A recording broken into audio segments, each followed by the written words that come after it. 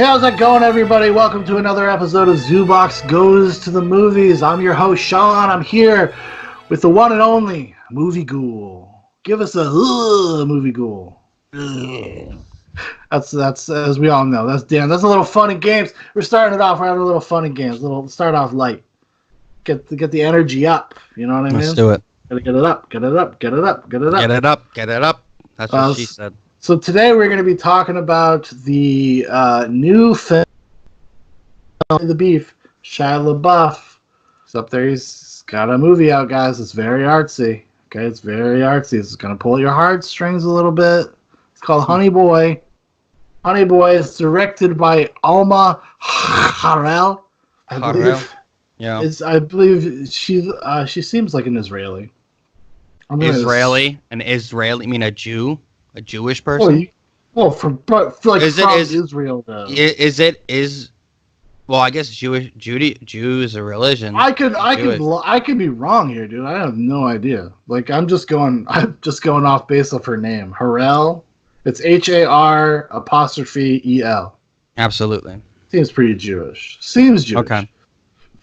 Anyways, this is her first feature-length narrative story. She's done a lot of short films and documentaries. That is kind of her thing over the past few years.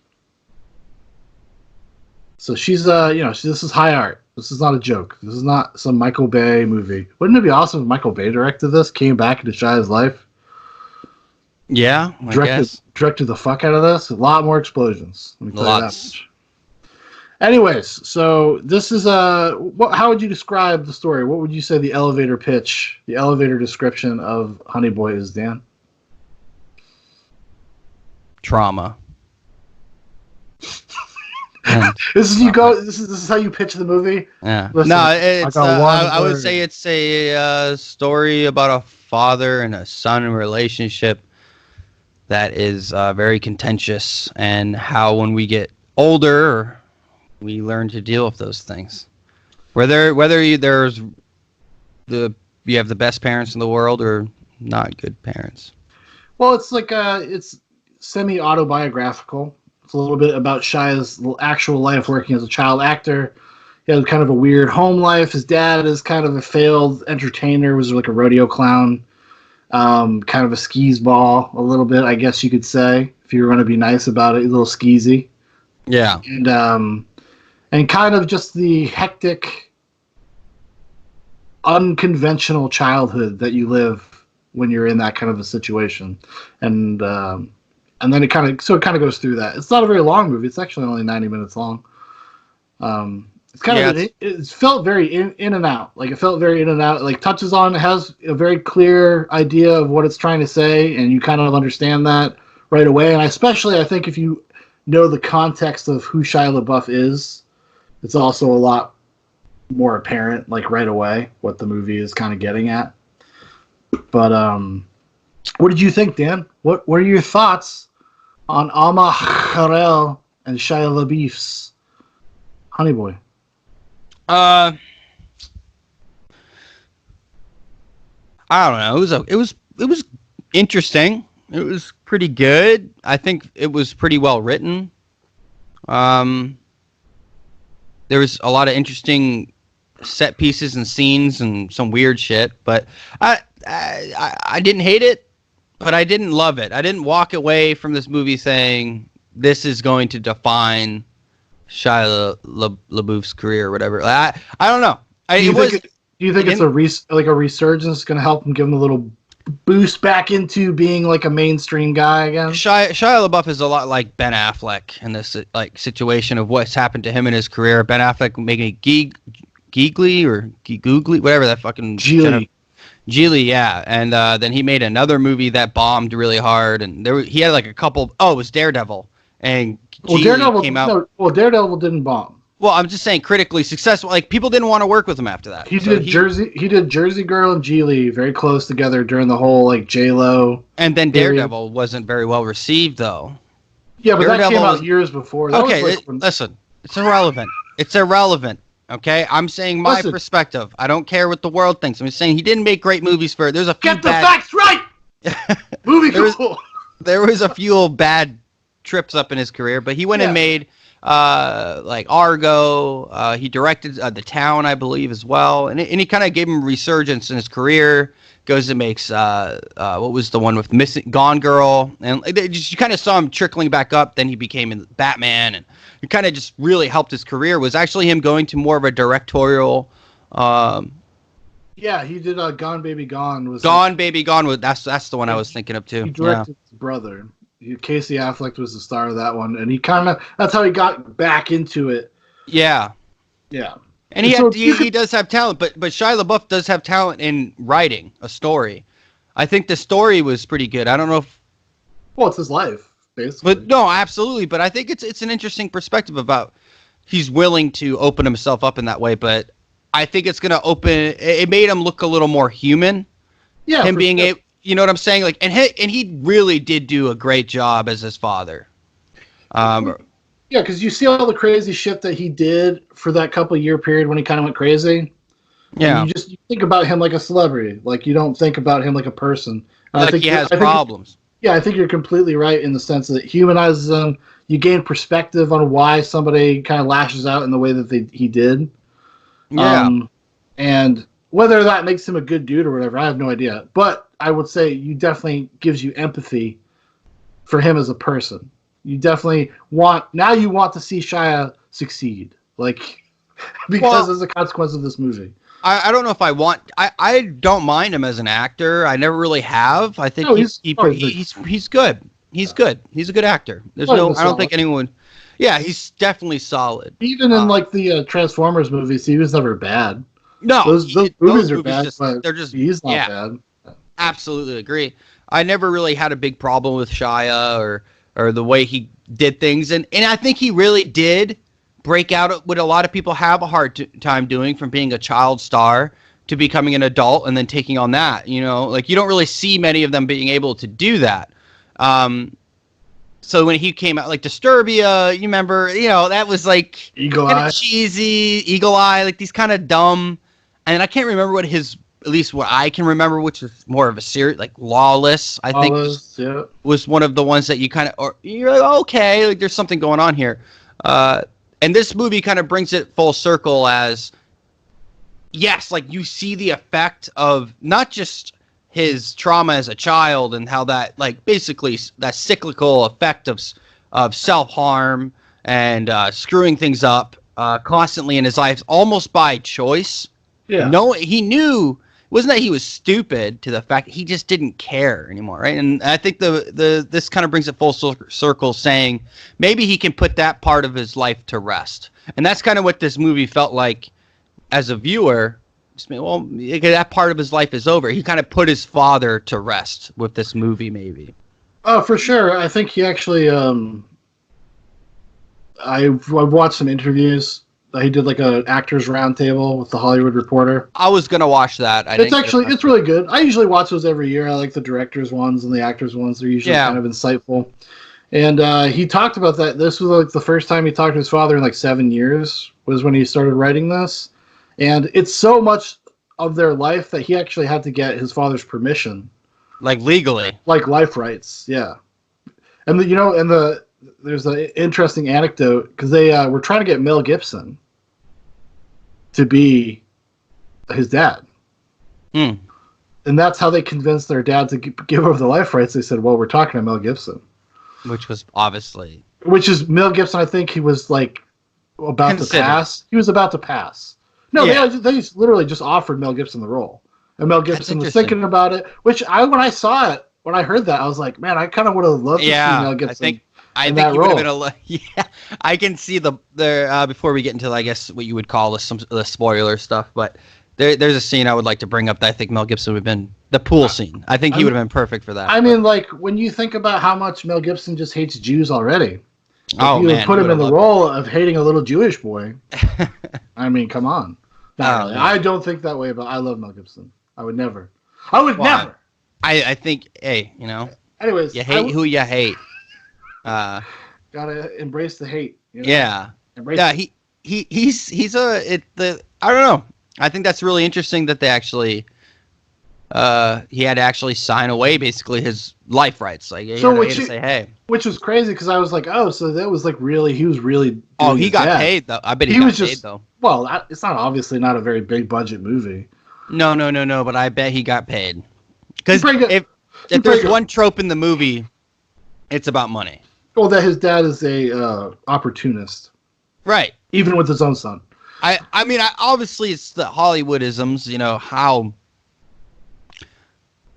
can you really trust anyone's voice? Yeah, I guess and because if I don't know, man, like that really makes me think. Then, well, he did sign away. well, because His life rights. it's in character, right? It would be true to the character that you saw represented on screen in the sense that like, oh, Mel Gibson's gonna play me, so it's like self-aggrandizement. It's a little bit feeding into your narcissism, and also he probably got a little check. Oh man, I wonder how his how when he found out that his son is actually going to be playing him. I wonder how he took that. He talked to his dad about it. I guess he didn't. His dad was, I guess, just okay with it because at that point it was probably too late. Anyways, so he's just like, well, no, yeah, he's like, well, I don't know. I wonder to see how they maybe. It reminded me everything about that, like that movie. Which, by the way, I thought was okay. I think I'm more on your. I really enjoyed watching it. The moment to moment stuff, I thought Shia was pretty good.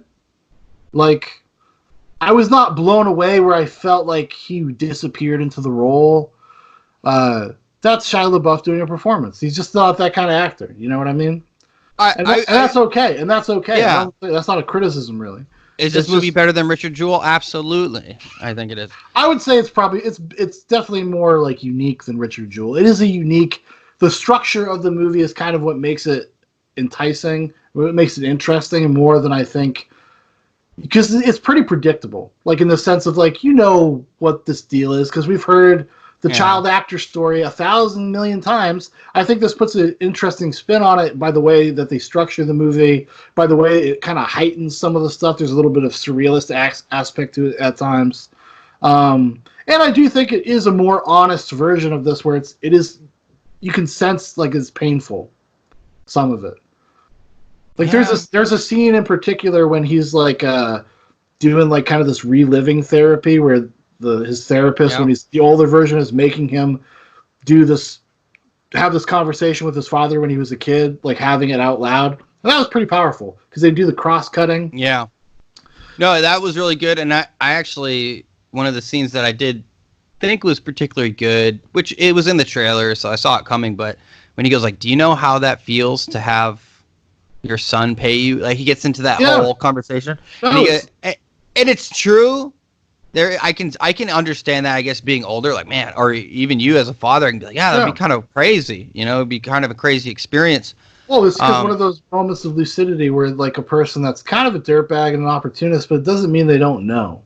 It doesn't mean they don't have like feelings and they don't like realize what's happening. His dad pretends to be oblivious to it, being like, well, this is a situation for both of us, but really his dad's a leech. This is not good for the son. His son's doing this for him because he loves his father, and then there's that kind of struggle. And this kid has to have these kind of thoughts and these moments being so young. He's like 12 years old in the movie. Well, when they show him as a kid, he's like 12 or 13. Yeah. And he's like smoking cigarettes and, hanging out with senoritas. Yeah, I was kind of curious as to, did he bang her? They leave that pretty ambiguous. I think it's implied that, like, she takes his virginity. That's sick. I mean, she is attractive. Yeah, that's right, beef. I mean, she is attractive, but not a bad first. Better than mine. I don't know, dude. There's just some pretty wild. It was a pretty wild experience watching it and just sitting there. But it wasn't, like I said. I didn't rewrite the book on anything. It didn't really do anything that was gonna. I think Shia could win an Academy Award or an Oscar or whatever they call it, Golden Globe, for maybe the writing. I thought the writing was really good. Not that it was this fanciful, but I enjoyed the conversations that were had. I think it does put an interesting spin on something that is kind of predictable. You kind of see where it's going immediately. and it was kind of fun. In a sense, it was a little Richard Jewell-esque like that, you know. And it Kinda was like, predictable. It was predictable, absolutely. And that's and one of the I hate reasons, it. but that's the reason why I'm not going to sit out here and try to prop this movie up and say it's amazing. I think the performances were good. Loved The it. the cinematography was nothing to scoff at. It was fine. It was a fine movie. It was fine. I thought it was shot pretty. It's got that So what cinema verite, like, you know, in the moment docudrama, which makes sense that the director was a documentary filmmaker because it's shot like kind of documentary-esque. Camera's always kind of moving, and it's kind of done a lot of handheld work, a lot of like kind of moving in and out of characters as if they're just in the room recording what's happening. Not a lot of staging going on, but it was I thought it was pretty well done. It reminded me of a movie from like the early 2000s a lot too. Like there was a crop of back in the heyday of the indie film boom of the early 2000s. I kind of reminded me of Brick. Like I was like, yeah, it would have came out at that same era. Yeah, like Brick. Yeah, which is I love Brick in a lot of ways, but the dialogue in Brick is really what separates it to me than anything. Yeah. But that's for a later time. This is a movie that I think anybody could should go watch and should especially maybe if someone with a similar experience, maybe not necessarily from the aspect of being a child star or the financial stuff, but you're just having trouble with their parents, or maybe someone would really identify with this more than I would. I think there's definitely broadly anybody can empathize with this idea of disappointment of your parents or something like that. It's pretty universal, some of the stuff. You know, as the resident daddy issues brother in the Deegan family, and this is no Ad Astra, let me tell you that much. Yeah. Okay? Ad Astra is going to bring you to your knees. It's going to make you reconsider things. I promise you. Absolutely. It's going to do it in a zero gravity way. Okay. I mean, it's hateless. I mean, it really is just the story of Pinocchio. Isn't every story though? Yeah. Actually, I was gonna say that earlier. Then I just slipped out of my mind. But I was like, this is like a Jordan Peterson movie. Honey Boy. Honey Boy.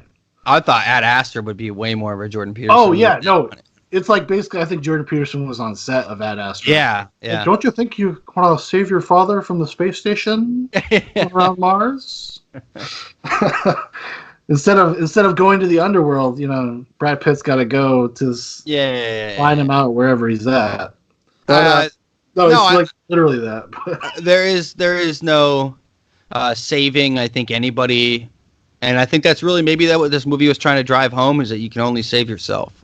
Because that was what all the trauma and all the experiences he had as a child led to him to be an erratic behavior and maybe some sort of God complex or something, and the real process of healing is knowing that you can only really heal yourself. You can't fix your father. You can't fix what happened to you already, but you can only work on yourself from here on out. Yeah, but it's understanding the foundations that were laid for you in terms of how you emotionally respond to things. You have to like understand yourself and where those things come from to really be able to confront them. And it also has that kind of universal, which I think is a very important prescient message, is that you are not your trauma, you are not your mistakes, you are not the things that were done to you.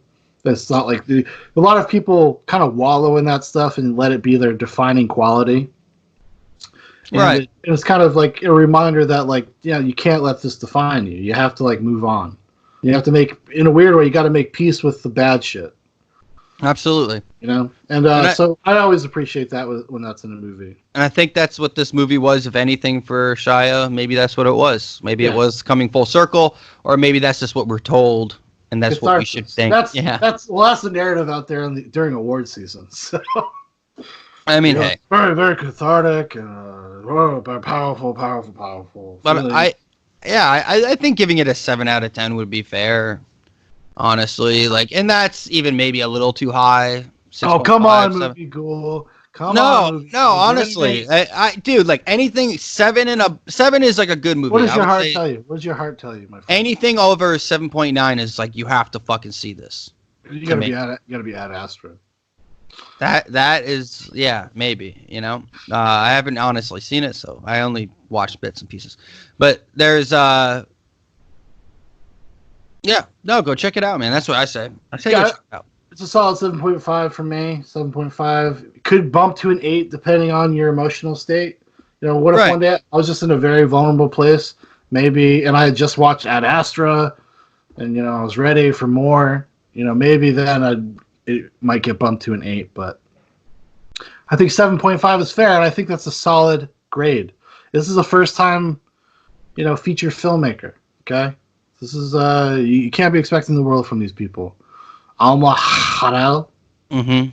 you know, Absolutely. just a humble Israeli woman, probably owns a bakery.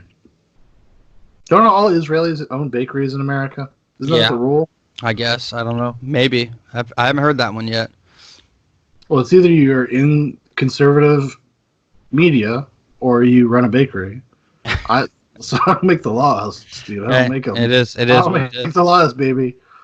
But yeah. Oh, so that's Honey Boy. I do have a quick. This is not a rec. This is an anti-recommendation. Okay. A lot of people out there. I don't want you to get caught out on this. Okay, because you're gonna see this and you're gonna be like, oh, maybe I'll check that out. Let me tell you what. You stay away. Jay and Silent Bob reboot. Okay. Stay the fuck away from this movie. This movie is cancer. This movie tried to kill my son last night. I'll never be the same, and for the worst. Okay, this is negative ad astras. Negative. That's Negative. pretty bad. I mean, the movie Ghoul this might be his movie of the year. I don't know. We'll see. I have to still see it. It is. I don't know what the fuck happened to Kevin Smith, man. Like I've been trying so hard. I'm like, I wanna it's cool, man. Like make the movies you want to make for the reasons you want to make them, and that's cool. Like I respect that. Okay.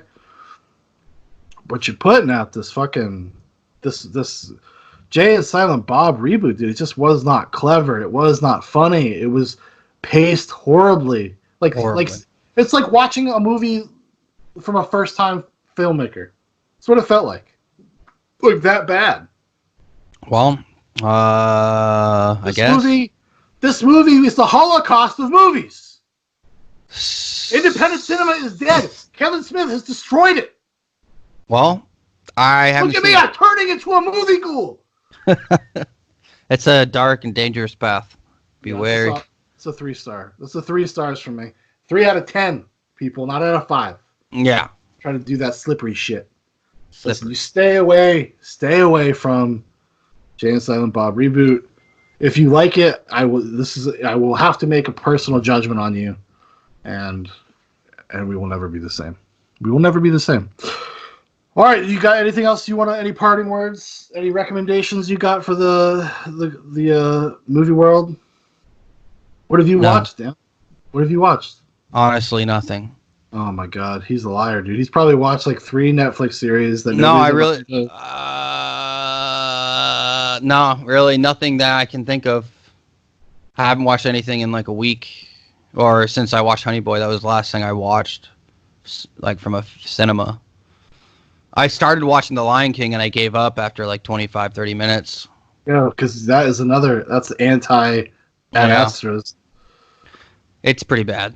I couldn't believe it when I was like, really? Like, this is the direction they went with this fucking movie? I just turned it off after. Lion King's, it is crazy how bad that movie is. Like, it still made $500 million. It's like you take the cartoon and just take all the charm and all the fun out of it. And also, I don't know if I feel like we may have mentioned this before, but these lions, they have no dicks, they have no balls. Dicks or no balls. These are eunuchs. I don't know what's going on because there's tons of shots, dude. Like especially the famous scene where Mustafa, or whatever his fucking name is, gets thrown off the cliff by Scar. Like you would see some dangling balls if he was hanging like that. They show his shot from the ground up. Like you would see those balls. You would see those little fur balls. You'd see them jangling there like they're on a fucking thing in a car. You know what I mean? Like fuzzy dice? Yeah, like fuzzy dice. There we go. We made it. We got there. But yeah, it's not good. Disney was like, no. I wouldn't even put that on for my kid. Oh, dude. I wouldn't even put it on. My kid He didn't even pay attention. He couldn't have cared less. Good choice. Good taste. Yeah. Same thing with Aladdin. He just did not give a shit. Like Aladdin wasn't good either. Oh, it wasn't. It was better than Lion King, but it was not good either. It was not good. You know what I really like though? Bad Ad Astra.